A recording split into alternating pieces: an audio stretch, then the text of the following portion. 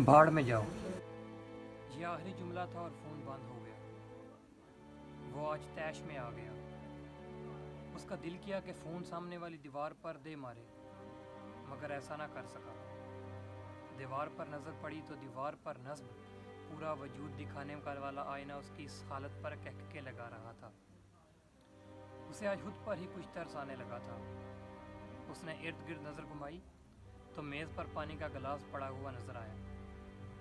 वो पानी पीने की गर्ज से आगे बढ़ा तो उसी मेज़ पर एक सफ़े पर उसी के हाथ से लिखा जॉन एलिया का शेर उससे मुखातिब हुआ। उठाकर क्यों न फेंकें सारी चीज़ें, उठाकर क्यों न फेंकें सारी चीज़ें, फ़कत कमरों में टहला क्यों करें।